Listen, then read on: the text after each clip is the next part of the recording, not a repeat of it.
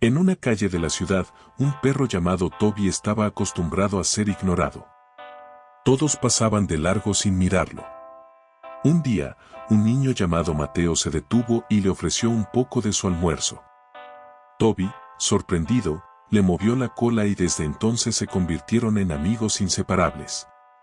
Mateo aprendió a cuidar de Toby, y juntos descubrieron que los mejores amigos son aquellos que te ven a través de los ojos de la bondad.